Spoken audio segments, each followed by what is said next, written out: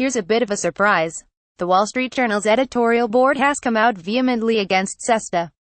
The reason this is surprising is that much of the push for SESTA has been a fairly obvious attack on internet companies, especially Google, by trying to undermine CDA 230. And the Wall Street Journal has spent years attacking Google at every opportunity.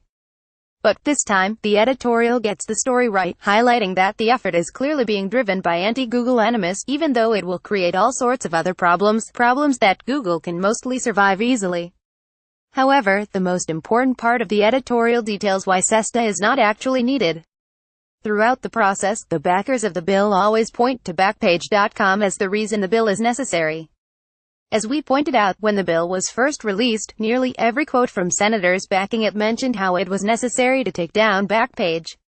But what none of them want to talk about is that we don't need this law to take down Backpage. As the WSJ report notes, Backpage is currently in court in Massachusetts, where it seems likely that a judge will say that it's not protected by CDA 230 because of recent evidence showing that it was a more active participant in creating advertisements involving trafficking.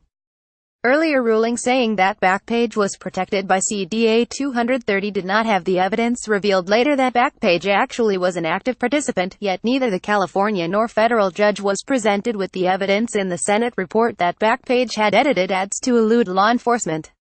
And in light of new evidence, a federal judge in Boston is considering allowing another case against Backpage to proceed. At the very least, you have to wonder why Congress can't wait to see what happens in Boston.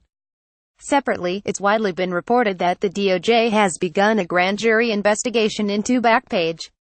The WSJ points this out as well. Justice last year initiated a grand jury investigation into Backpage's trafficking, and courts may correctly decide the case in due course. And that leaves out two other points that show that SESTA is not needed to take down Backpage. First, 2 years ago, Congress passed another law, the SAVE Act, which was also clearly targeted at Backpage, making it illegal to advertise trafficking. And, for reasons no one has explained, that law has never actually been used.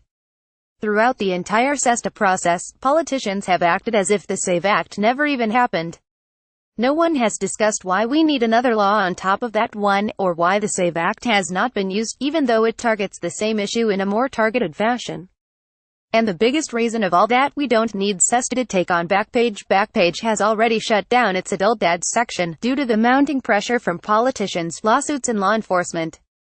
The only thing SESTA adds to Backpage is even more ways to pile on after the fact. It's hard to see how that is necessary at all.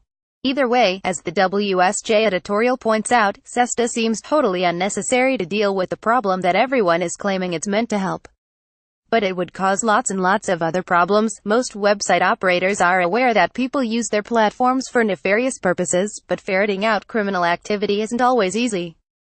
While algorithms can help, human judgment is often necessary. Google plans to hire 10,000 employees to review YouTube videos for inappropriate content. Revising Section 230 for trafficking could open up a Pandora's box. Small websites might create overly restrictive screens that filter out non-objectionable content such as ads to help trafficking victims. This could also make it harder to ask other countries to provide internet companies legal immunity for user content. The WSJ editorial actually underplays the so-called moderator's dilemma created by SESTA. As Eric Goldman has explained multiple times, under the wording of SESTA, most websites are encouraged to take one of two extreme positions, neither of which are helpful. One is that if they moderate, they will become overly cautious, quick to take down anything that might put them at risk, or for which they received a notice. So that could include, as the editorial notes, content designed to help trafficking victims, or it might just be anything that mentions certain keywords. Or maybe it'll be anything that someone flags as trafficking content just because they want it gone, as we see with tons and tons of DMCA notices.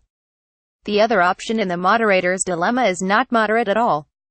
Since SESTA has a knowledge standard, the best way to avoid liability is not to have any knowledge of what people are doing, and the best way to do that is not to moderate at all. What's quite incredible to me is that the backers and supporters of SESTA refuse to acknowledge that, as CDA 230 is currently written, it encourages moderation, and SESTA removes that encouragement. In other words, in an effort to get websites to stop allowing trafficking, they're actually encouraging more sites to look the other way deliberately. One more point that the WSJ editorial board gets right: this is going to lead to a ton of lawsuits. And almost all of those will be misdirected, suing the company operating a website for actions of its users, rather than suing the users. Given that even the anti-internet Wall Street Journal understands the many problems of the bill, why is it that so many in Congress refuse to deal with it?